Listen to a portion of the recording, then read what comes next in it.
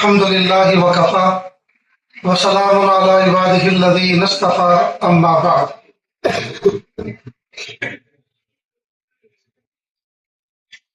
أعوذ بالله من الشيطان الرجيم. بسم الله الرحمن الرحيم. واعبد ربك حتى يأتيك اليقين. سبحان ربك رب العزة عما يصفون وسلام على المرسلين والحمد لله رب العالمين. اللهم صل على سيدنا محمد وعلى آل سيدنا محمد وبارك وسلم. اللهم صل على سيدنا محمد وعلى آل سيدنا محمد وبارك وسلم. اللهم صل على سيدنا محمد وعلى آل سيدنا محمد وبارك وسلم. اللہ رب العزت کا کرم اور احسان کہ اللہ پاک نے ہم فقیروں کو اپنے دربار پر بلایا اور حج کی سعادت سے نوازا. 9 ذی الحجہ کو میدان عرفات میں غروب آفتاب کے بعد اگر کوئی بندہ یا بندی یہ سوچے کہ پتہ نہیں میرے اللہ نے مجھے معاف کیا کہ نہیں کیا، اللہ تعالیٰ اس پر سخت ناراض ہوتے ہیں اور کہتے ہیں کہ تم ہوتے کون ہو میرے بارے میں سمجھنے والے؟ کیا تمہارے گناہ بڑے ہوئے ہیں یا میری رحمت بڑی ہوئی؟ جاؤ بخشے بخشائے مزدلفہ کی طرف چلے جاؤ، آج میری رحمت کا دریا بہا تھا، میں نے سب کو معاف کر دیا. تو اس میں تو ذرہ برابر شک نہیں ہے کہ ہماری مغفرت نہیں ہوئی. الحمدللہ ہم سب کے ساتھ معصوم بیٹھے ہوئے. اب اس سے آگے کا ایک مرحلہ ہے کہ اب ہم یہ معصوم کب تک بنے رہیں اور کیسے ہم اس کو سنبھال کے رکھیں. اس لیے چند باتیں آپ کے سامنے عرض ہیں، سنیں اور دل کے کانوں سے سنیں. ایک تو یہ کہ ہم اللہ کا شکر ادا کریں، حج کی اس نعمت پر اللہ کا شکر ادا کریں. اور قرآن پاک میں ہے لئن شکرتم لأزیدنکم، اگر تم میری نعمتوں پہ شکر کرو گے تو میں تمہاری نعمتوں میں اور اضافہ کروں گا. دیکھو دوستو، ہم ناز نہ کریں کہ ہم حج پر آئے، بلکہ اللہ پاک نے ہمیں بلایا ہے، ورنہ بڑے بڑے علم و فضل والے رہ گئے. مغل بادشاہوں نے کم و بیش 800 سال تک ہندوستان پر حکومت کی. کیا کمی تھی ان کی؟ ایک کو بھی حج کی توفیق نہ ملی. ان مغل بادشاہوں میں سب سے زیادہ نیک جو تھے وہ اورنگزیب عالمگیر رحمۃ اللہ علیہ. ان کا حال یہ تھا کہ ان پہ حجی فرض نہیں تھا، وہ ٹوپیاں بن بن کے اور قرآن پاک کی کتابت کر کر کے اپنا خرچے چلاتے تھے. شاعر مشرق علامہ اقبال رحمۃ اللہ علیہ اللہ کے بڑے عاشق صادق عاشق زار آدمی تھے. ان کے خادم لکھتے ہیں کہ راتوں کو جو قرآن پاک پڑھتے تھے اکثر و بیشتر مجھے قرآن پاک کو دھوپ میں سکھانا پڑتا تھا، آنسوؤں سے تر ہو جاتا. قرآن پاک تو ہم تم بھی پڑھتے، لیکن کس کے قرآن پاک اتنے بھیگے آنسوؤں سے؟ کون رویا ہے؟ تو یہ آنسو یہ معمولی بات نہیں ہے، یہ تو دل کے دھڑکنے پہ نکلتے ہیں. تو کیسا دل ان کا ہوگا. لیکن سرمایہ اتنا نہیں تھا کہ حج کر سکے. حکومت کے کسی سرکاری سفر پر سرحا یمن کی طرف آئے اور وہاں کی بندرگاہ پر جب جہاز رکا تو عرب کی طرف نظر کی اور کہا اے جزیرۃ العرب، تیرے پتھروں کو وقت کے معماروں نے ناقابل تعمیر قرار دیا تھا. اے جزیرۃ العرب تو ایسے لوگوں سے آباد تھا کہ تیرے اوپر کوئی حکومت کرنا بھی نہیں چاہتا تھا، لیکن ایک یتیم بچے کے قدموں نے تجھے گوہر بنا دیا. اللہ کے محبوب صلی اللہ علیہ وسلم کے قدم اس زمین کو کیا چھوئے کیا لگے کہ قدم کے لگنے سے یہ ہیرے جواہرات سے زیادہ قیمتی ہو گیا. ایسی تڑپ اور ایسی طلب اور عشق رکھنے والے حج پہ نہ آ سکے. تو اگر مال و دولت کی بنیادوں پر حج پر آیا جاتا تو مغل بادشاہوں کو آنا چاہیے تھا. اگر علم و فضل اور تقوی کی بنیادوں پر آیا جاتا تو علامہ اقبال کو آنا چاہیے تھا، لیکن نہیں آ سکے. اور بھی بہت سے علماء مشائخ اکابر بزرگان دین بہت سے جو ہے صلاح و تقوی کا کام کرنے والے معلوم رہے. معلوم اللہ تعالیٰ اپنے فضل سے بلاتے، لیکن جو نہیں آ سکے ہم ان کو برا نہیں کہیں گے. لیکن اپنے بارے میں ہم اس پر خوشی کا اظہار کریں گے، اللہ پاک نے ہمارا انتخاب کیا، ہمیں بلایا۔ اب اس نعمت پر ہم اللہ کا جتنا شکر کریں گے، اللہ پاک ہمیں بار بار آنے کی توفیق عطا فرمائے۔ اس لیے دوستو، ایک تو ہم اللہ کا شکر کریں، اور شکر کی ایک قسم میں یہ بھی ہے، ایک مثال سے یہ بات وہ آگے بڑھ جائے تو اس کی ظاہری باڈی پہ کچھ فزیکل حالت میں چینجز آتے ہیں، گھڑی بدل جاتی ہے، چشمہ بدل جاتا ہے، فون بدل جاتا ہے، گاڑی بدل جاتی ہے، گھر بدل جاتا ہے، اور بہت سے تو بیوی بھی بدل دیتے ہیں۔ اللہ بچائے۔ تو یہ دوستو تجربات ہیں کہ نہیں؟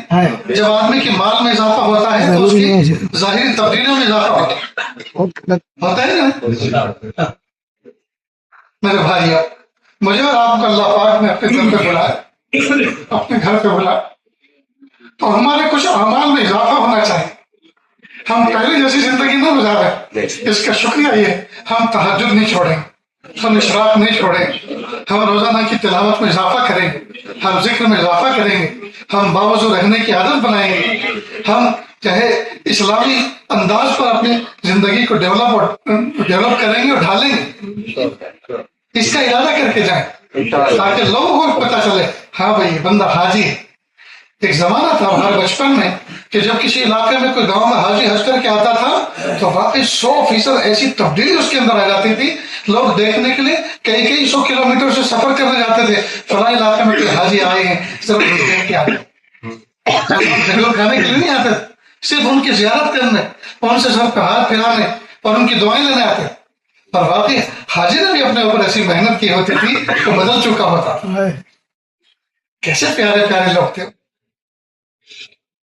اس لیے میرے بھائیوں، ارادہ کریں کہ انشاءاللہ اپنی زندگی میں واضح تبدیلی لائیں، اور حج مقبول و مبرور کی پہچان یہ ہے کہ حج سے پہلے والے اور حج کے بعد والے اعمال میں واضح تبدیلی آئے، واضح تبدیلی آئے۔ پھر دیکھیے انشاءاللہ زندگی میں کیسی بہاریں لگتی ہیں اور کیسے پھول کھلتے ہیں۔ جدھر سے گزرو گے لوگ کرسی چھوڑ کے کھڑے ہونے پہ مجبور ہو جائیں، حاجی صاحب آ رہے۔ تو سب سے پہلی بات یہ کہ ہم اللہ کا شکر ادا کریں، اور شکر میں یہ ہے کہ آپ اعمال میں اضافہ کریں، شکر میں یہ ہے کہ ہم اعمال میں اضافہ کر لیں، اور دوسرا اس بات کا عہد کریں حج کے اندر آنے والی تکالیف کا تذکرہ اپنے وطن میں نہ کریں۔ ارے جو ہمارا حج کا خادم تھا، خادم حجاج، اس کو تو ہم نے دیکھا ہی نہیں، بس جس دن جدہ اترے تھے اس دن دیکھا، اور جس دن واپس آئے تھے اس دن دیکھا، بیچ میں کوئی نظر ہی نہیں آیا، اس کی کمپلین کرنی پڑی۔ ارے فلاں جو ہمارے ٹور کا ذمہ دار تھا اس نے تو ہمیں دال چاول کھلا کے وہاں ڈالا۔ ارے فلاں جو تھا، ارے سعودی گورنمنٹ اور یہ تو انہوں نے پولیس کو کھڑے کیا، وہ نہ ہماری سنتے، نہ وہ اپنی سمجھتے، نہ ہمیں سمجھا سکتے، نہ ہماری سمجھ سکتے، اور عجیب بیوقوف لوگ۔ یہ ہم تفسیریں نہ کریں۔ حج کی جو اندر جو تکلیف ہے، دیکھو دوستو، ہم مہمان کس کے ہیں؟ اللہ کے، ضیف الرحمن ہیں، ٹھیک؟ آپ میرے گھر مہمان بنے، اور میں آپ کے لیے حتی المقدور جتنا اللہ نے مجھے وسعت دی ہے میں آپ کے کھانے کا اکرام کروں، باورچی کو بلاؤں، بھٹیارے کو بلاؤں، کھانے کا انتظام کروں، آپ کی راحت کا انتظام کروں، اور پھر آپ اپنے گھر پہ جا کے یا دوست احباب میں جا کر کہیں یار چاولوں میں تو اتنا نمک تھا کہ کھائی نہیں گئی، اور روٹی تو ایسی پتلی تھی کہ اس کا جو ہے اس کو روٹی کہنا وہ تھا، اسے تو کھیر کہنی چاہیے مثال کے طور، اور فلاں تو ایسی چیز، اور فروٹ تو بالکل بھی نہیں تھے، اور جوس تو لگتا ہے کہ حضرت کو جوس کا نام بھی معلوم نہیں، اس لیے کہ اگر معلوم ہوتا تو لے کے آتے نا۔ اب جب آپ چیزوں کے اندر نقص نکال رہے ہیں، وہ چیزوں کے اندر نقص نہیں ہے، وہ میری مہمانی کے اندر نقص ہے۔ ٹھیک اسی طرح ہم مکہ مکرمہ کے قیام، مدینہ طیبہ کے قیام کے دوران اگر ہم کسی چیز میں نقص نکال رہے ہیں تو در حقیقت یہ ہم اللہ تعالیٰ کی میزبانی میں، جی اللہ تعالیٰ کی میزبانی میں، اللہ کے رسول صلی اللہ علیہ وسلم کی میزبانی میں نقص نکال رہے ہیں، تو یہ دوستو کتنی بڑی بات ہے۔ ہماری کیا مجال کہ ہم اللہ تعالیٰ کی میزبانی میں نقص نکالیں۔ تو جو کچھ اللہ پاک نے اس سفر میں ہمیں تکلیف سے دوچار کیا، پیدل چلنے سے دوچار کیا، جی یہ سب کا سب ہماری روحانی ترقی کے لیے تھا. اس کے بدلے اللہ پاک نے ہمارے درجات کو بلند کرا. بندہ نیکی کرتا ہے اور تھکتا ہے. تھکن تو تھوڑا سا ریفریشمنٹ لینے کے بعد، سونے کے بعد، ایک نیند لینے کے بعد تھکن تو دور ہو جاتی ہے، لیکن اجر باقی رہتا ہے. اور بندہ گناہ کرتا ہے اور مزے پاتا ہے. مزہ تو تھوڑی دیر میں ختم ہو جاتا ہے، گناہ باقی رہ جاتا ہے. عقل مند آدمی وہ ہے جو اس پر غور کرے کہ باقی رہنے والی چیز کیا ہے. باقی رہنے والی چیز کیا ہے؟ نیکی ہے یا بدی؟ لہذا ہم ان تکلیفوں کا تذکرہ نہ کریں.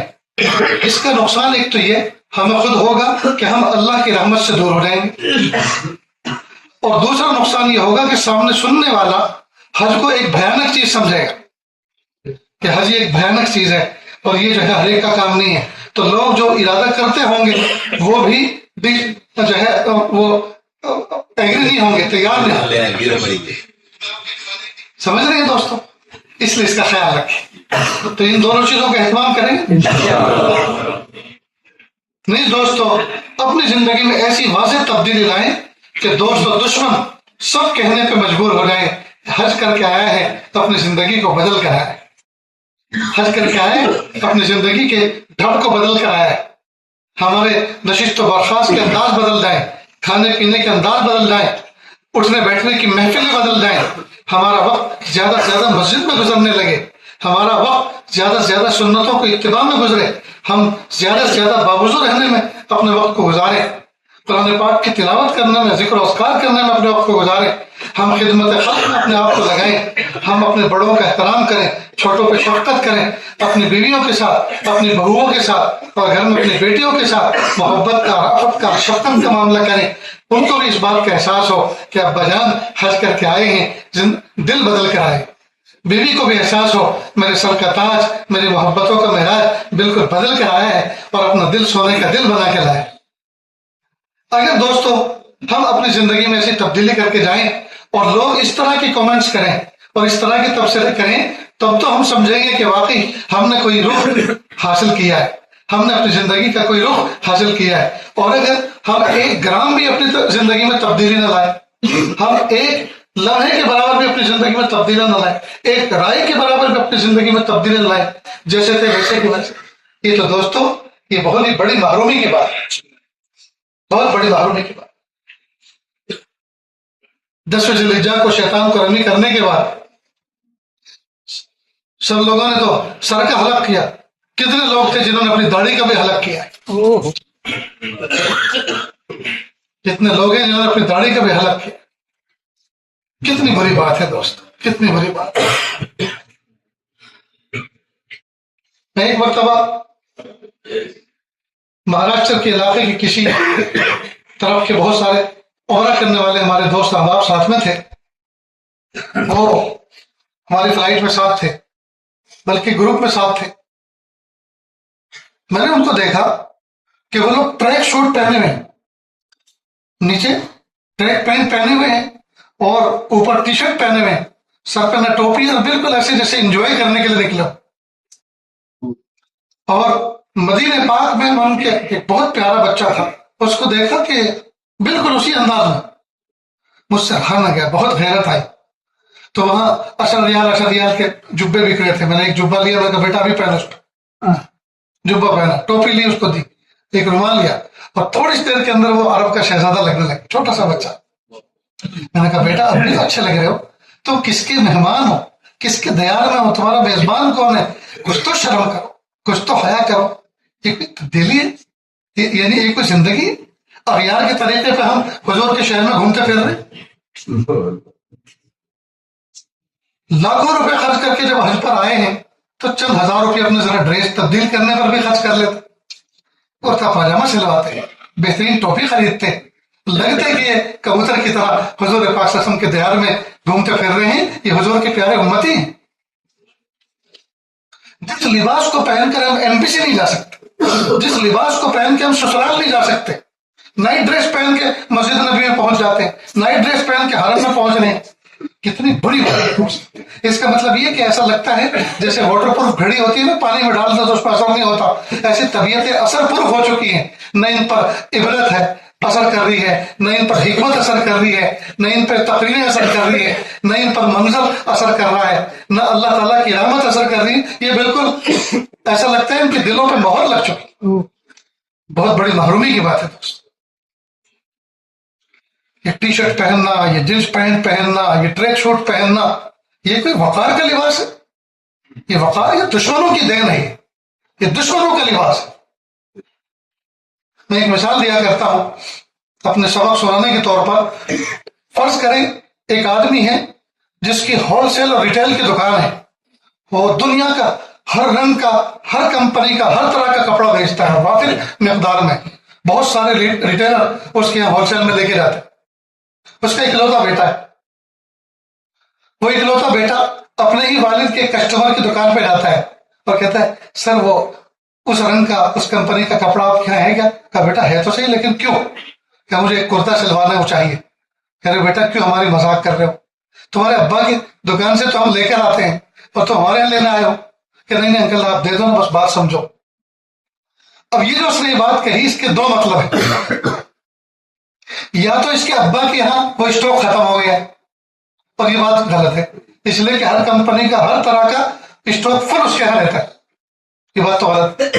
اب دوسری بات ہے کہ اس کی اپنے ابا سے انبن ہو گئی ہے، اس لیے اب یہ ناراض ہو کر یہاں آیا ہے. اب اگر ہم، اب آئیے بات سمجھیے، اگر ہم اغیار کی تہذیب اپنا رہے ہیں، ان کا لباس اپنا رہے ہیں، ان کا کلچر اپنا رہے ہیں، تو اس کا مطلب یہ ہوا کہ اللہ کے محبوب صلی اللہ علیہ وسلم نے ہمیں اس لائن کی کوئی تربیت دی نہیں ہے، اور یہ بات غلط ہے.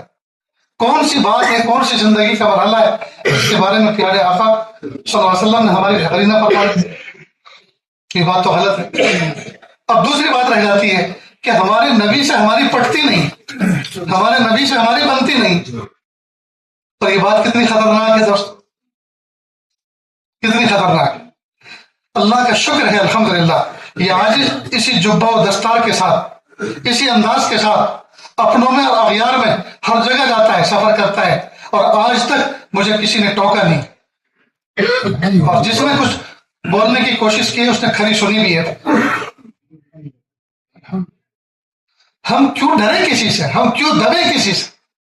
کیا اللہ کے محبوب صلی اللہ علیہ وسلم کی سنت اپنانے میں ہمیں آر آتی ہے، شرم آتی ہے؟ دو مرنے کا مقام ہے دوست. لوگ چڈے پہن پہن کے گھوم رہے ہیں، ان کو آر نہیں آتی، ان کو شرم نہیں آتی. ہم حضور کا سنتی لباس پہن کے گھوم رہے ہیں، ہمیں کیوں شرم آ رہا ہے؟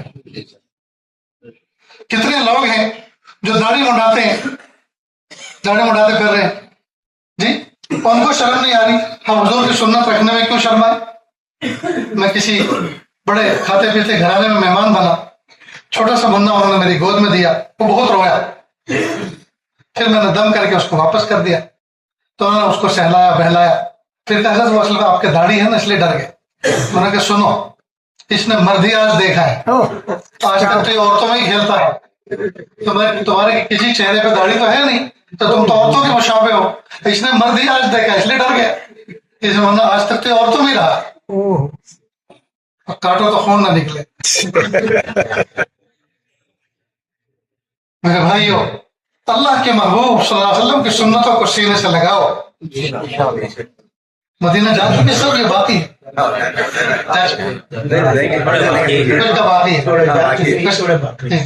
ایک بات میں کہنا چاہ رہا ہوں، لیکن کوئی آدمی یہ نہ سمجھے کہ مجھے پن آؤٹ کر کے کہہ رہے ہیں، یہ مجھے رسوا کر رہے. نہیں، میں اپنا ایک سبق سنا رہا ہوں. آپ سب کے سب اللہ کے ولی، سب کے سب اللہ کے محبوب ہیں. اگر محبوب نہ ہوتے تو اللہ اپنے دربار پہ بلاتے کیوں؟ لہٰذا مجھے کیا حق پہنچتا ہے کہ میں تمہیں حقارت کی نظر سے دیکھتا ہوں، لیکن آپ کی تربیت کے لیے جی اور اپنی ذمہ داری کا فریضہ ادا کرنے کے لیے آج یہ بات اپنا ایک سبق سنا رہا ہے. ایک صاحب نسبت اللہ کے ولی نے اللہ کے محبوب صلی اللہ علیہ وسلم کو خواب میں دیکھا.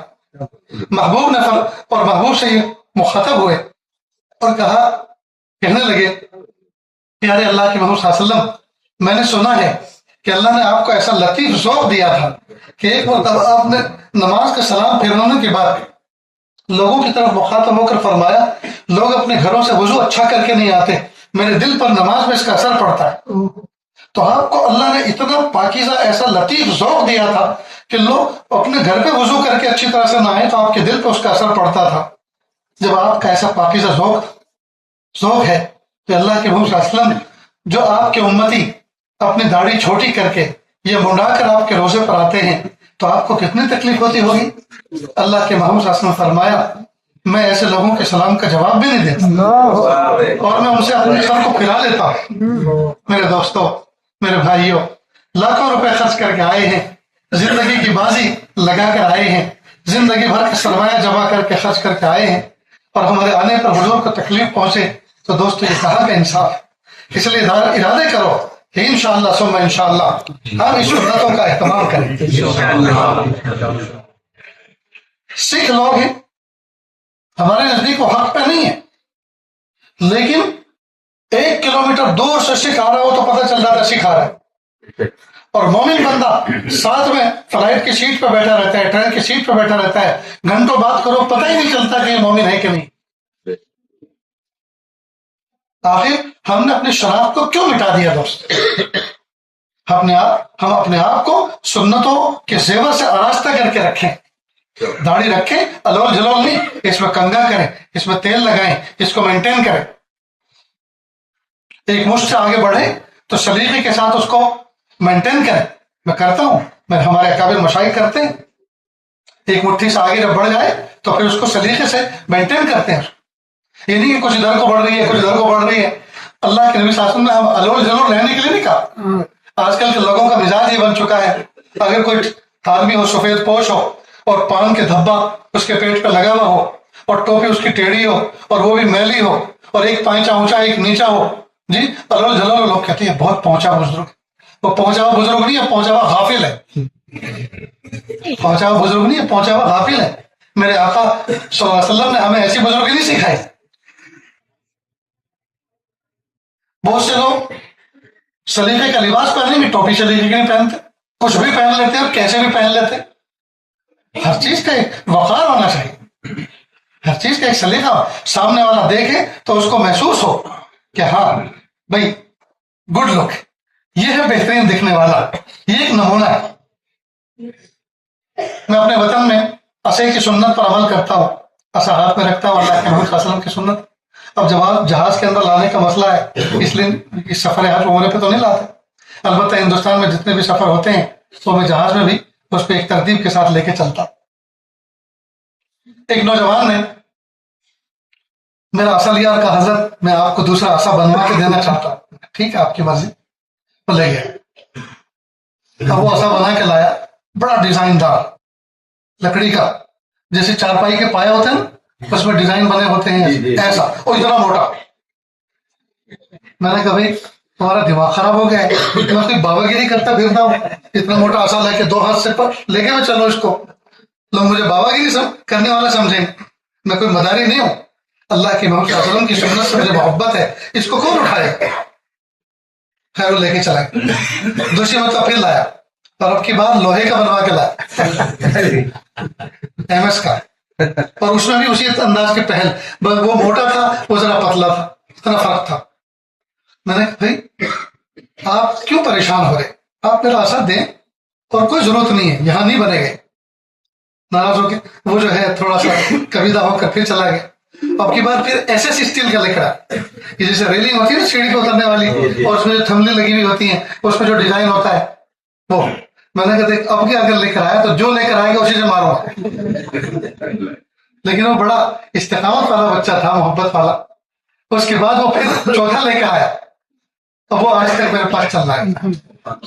تو سمجھ گیا. پھر میں نے کہا بیٹا ہمیشہ یاد رکھو کوئی بھی حرکت ایسی نہیں ہونی چاہیے کہ جو حضور پاک صلی اللہ علیہ وسلم کی سنتوں کو تماشا بنا دے.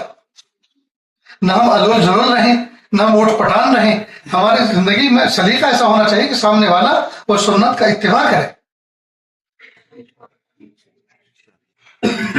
بہرحال دوستو جب ہم یہاں آئے ہیں تو اب جو بقیہ دن جتنے بھی ہمارے پاس ہیں ان کو کیش کریں. یہاں ایک نیکی جہاں بھی آپ رہ رہے ہیں، چاہے عزیزیہ میں ہیں، چاہے شمالیہ میں، چاہے جنوبیہ میں، جس جگہ پہ بھی ہے، پورا حرم پاک جو 15-20 کلومیٹر کے سراؤنڈ ایریا ہے، جہاں جو بھی نیکی کریں گے 1,00,000 کا اجر ملے گا. 1 مرتبہ قل اللہ شریف پڑھیں گے 1,00,000 مرتبہ قل اللہ شریف پڑھنے کا اجر ملے گا. 1 مرتبہ قرآن پاک پورا کریں گے 1,00,000 قرآن پاک پورا کرنے کا اجر ملے گا. 1 مرتبہ استغفر اللہ کہیں گے 1,00,000 مرتبہ استغفر اللہ کہنے کا اجر ملے گا. جی تو دوستو یہ کتنی بڑی سعادت کی بات ہے. یہ چانس آپ کو اپنے وطن میں نہیں ملے گا, اس لیے اس کو کیش کر لیں, وقت کو ضائع نہ کریں, کثرت سے قرآن اللہ شریف پڑھیں, جی کثرت سے قرآن پاک کی تلاوت کریں اور اپنے مرحومین کو مالا مال کر دیں. مرحومین جو ہمارے قبروں میں, ہمارے آبا و اجداد جو قبروں میں ہماری اصالہ ثواب کا انتظار کر رہے ہیں, ان کو مالا مال کر دیں. سلطان صلاح الدین ایوبی کے والد بہت نیک صالح نوجوان تھے. یہ ایک بزرگ کے پاس جایا کرتے تھے اثر کے بعد. بزرگ نے پوچھا ان سے, بھائی آپ نکاح کب کرو گے؟ کہ حضرت نکاح تو کرنے کا جذبہ ہے لیکن میں تلاش کر رہا ہوں. کہ کیا تلاش کر رہے ہو؟ کہ میں ایسی عورت لڑکی تلاش کر رہا ہوں جو میرا ہاتھ پکڑ کے مجھے جنت ملے گا. کہا دنیا میں تو ایسے ملنے والی ہے نہیں, یہ تو کوئی جنت میں ملے گی. کہ نہیں کروں گا پھر کیا ضرورت ہے. بات آئی گئی ہو گئی, یہ آتے جاتے رہے. اثر کے بعد ایک نوجوان لڑکی جو اس علاقے میں بڑی خوبصورت اور نیک سیرت مشہور تھی, وہ حضرت کے پاس کسی کام سے دعا دم کے لیے آئی. حضرت نے کہا بیٹی تم بڑی ہو گئی ہو, تمہارے گھر میں تمہارے رشتے کی کچھ بات چل رہی ہے کہ نہیں؟ کہ حضرت روز مشورے ہوتے ہیں لیکن میں نہیں کرنا چاہتی. تو کیوں؟ کہ حضرت میں تو ایسے لڑکے سے کرنا چاہتی ہوں جو میرا ہاتھ پکڑ کے جنت میں لے جائے. بس یہ سلطان صلاح الدین ایوبی کے والد بیٹھے ہوئے تھے, نکاح کرا دیا. اللہ کی شان, اس نکاح کا نتیجہ یہ ہوا کہ سلطان صلاح الدین ایوبی وجود میں آئے اور اللہ پاک نے اس سلطان صلاح الدین ایوبی سے بیت المقدس کو فتح کرا. ایک زمانے میں ان کا اتنا رعب تھا عیسائی برادری پر کہ چھوٹے بچے روتے تھے اور ماں ان کو سلانا چاہتی ہے, جلدی سو جا صلاح الدین آ رہا, اس کے نام سے ڈراتے تھے. اللہ اکبر کبیرہ, کیا اللہ نے ان کو شان عطا فرمائی. کہتے ہیں کہ یہ جو لڑکی تھی اس کو روزانہ سورہ اخلاص کا وظیفہ حاصل تھا. یہ روزانہ 313 مرتبہ سورہ اخلاص پڑھتی تھی, یعنی قل اللہ شریف کی پوری سورہ. اور اس کی فضیلت یہ ہے کہ جو بندہ 10 مرتبہ سورہ اخلاص پڑھے گا تو اللہ تعالیٰ اس کو جنت میں ایک محل بناتے ہیں, محل دیتے ہیں. ایک تو ہوتا ہے گھر فلیٹ, یہ تو 3 BHK 4 BHK کا ہوتا ہے, 5 BHK کا تو اب تصور ہی نہیں رہا. 5 بیڈ روم کچن, جی بڑے سے بڑا گھر اتنا, اور محل تو کلومیٹر میں کو ہوتا ہے. تو اللہ تعالیٰ جنت میں محل عطا فرمائے ہیں. جی تو یہ 313 مرتبہ روزانہ پڑھتی تو کتنے محل بنے روزانہ؟ جی کتنے 31 بنے. اور یہاں اگر آپ 313 مرتبہ پڑھیں گے تو 1 مرتبہ پڑھنے والا 1,00,000 کے برابر اجر پاتا ہے. تو یہاں تو دوستو سبحان اللہ, کسی کیلکولیٹر سے حساب کرنا مشکل ہو جائے. میرے بھائی اپنی جنت کو آباد کریں, کثرت سے سورہ اخلاص پڑھیں, قرآن پاک کی تلاوت کریں, اور جو ہمارے والدین, ہمارے آبا و اجداد, ہمارے محسنین, ہمارے مشائخ اکابر جو دنیا سے چلے گئے ہیں ان کو مالا مال کر دیں, ان کی روح کو اصالہ صاف کر کر, جی ان کی روحانیت کا ہمیں اثر ملے گا اور اللہ پاک اس سے خوش ہوں گے. تو کریں گے نا دوستو انشاءاللہ. یہ عاجز آپ تمام کو دل کی گہرائیوں سے حج کے اختتام پر مبارکباد پیش کرتا ہے اور اللہ تعالیٰ سے دعا کرتا ہے اللہ پاک اپنے اس در کی حاضری صحت کے ساتھ, سلامتی کے ساتھ, برکتوں کے ساتھ, عافیت کے ساتھ بار بار کریں, عافیت کے ساتھ بار بار کریں. میں نے عرفات کے میدان میں وہاں کی دعا سے پہلے ایک دعا کا مضمون بیان کیا تھا. اس میں ایک بات کو اہمیت کے ساتھ بیان کیا تھا, اس کو ذرا سمجھ لیں. جب بھی اللہ تعالیٰ سے دعا مانگیں, دعا کے اختتام پر عافیت مانگیں, اور جب بھی کوئی دعا کریں مکمل تو اس کے اختتام پر عافیت کا لفظ شامل کریں.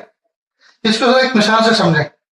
آپ نے دعا کی, اللہ جی مجھے ہیلی کاپٹر میں بیٹھنے کا بہت شوق ہے, اللہ مجھے ہیلی کاپٹر بٹھائیے, اللہ ہیلی کاپٹر بٹھائیے, اللہ ہیلی کاپٹر بٹھائیے. اب دعا قبول ہو گئی.